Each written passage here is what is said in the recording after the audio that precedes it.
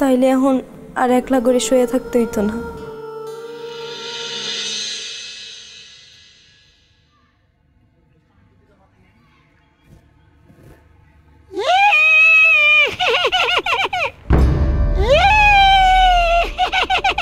কে? আমি ডাইনি বুড়ি।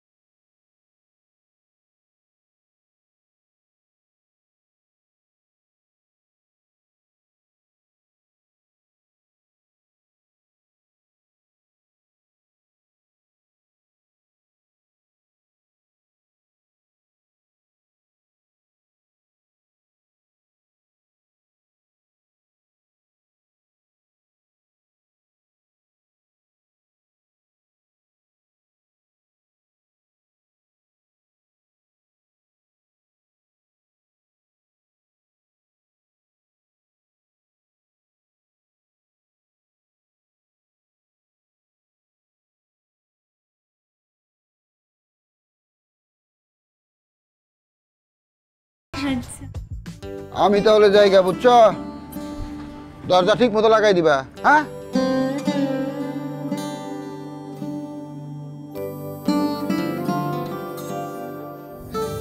ভাই তোমার মতো দুনিয়াতে ভালো মানুষ আছে, তুমি দেখো তোমার যেদিন খুঁজে পামো এই ভালো মানুষরা কত খুশি হয়।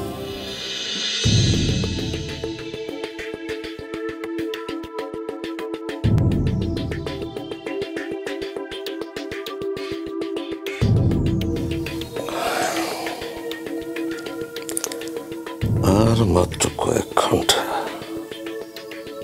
রাতটা পার হলেই তোমার আরামের ঘুম হারাম হয়ে যাবে রুনা।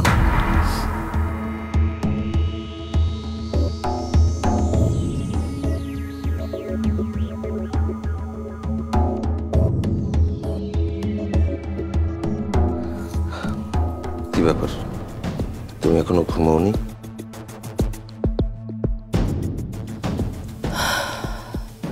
ঘুম আসছে না সাদিক, মনের ভেতরটা কেমন যেন খচখচ করছে, কিছুতেই মনের ভেতর শান্তি পাচ্ছি না।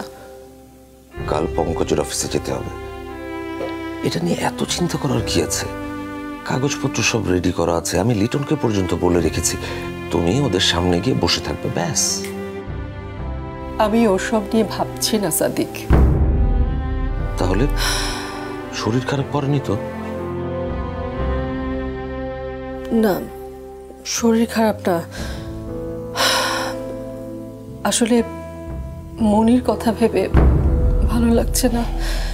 বাচ্চা একটা মেয়ে এভাবে এত রাতে বের হয়ে গেল।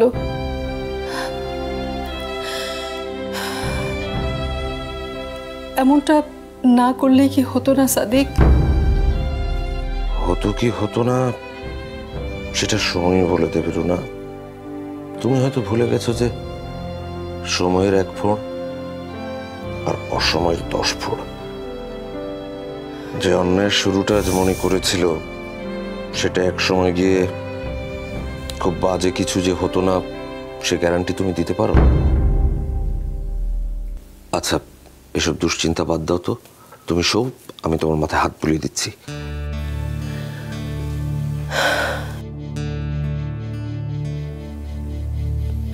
আমরা তাহলে কোনো অন্যায় করছি না তো সাদিক?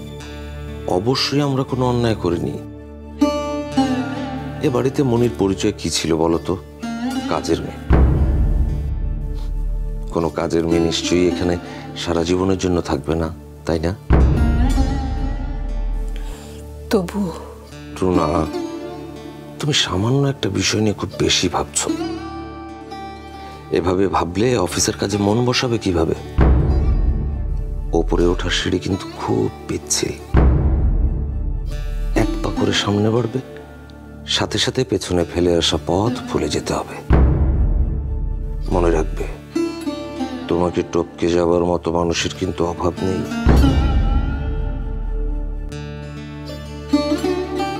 এসো তো, এসো, আমি মাথায় হাত বুলিয়ে দিচ্ছি।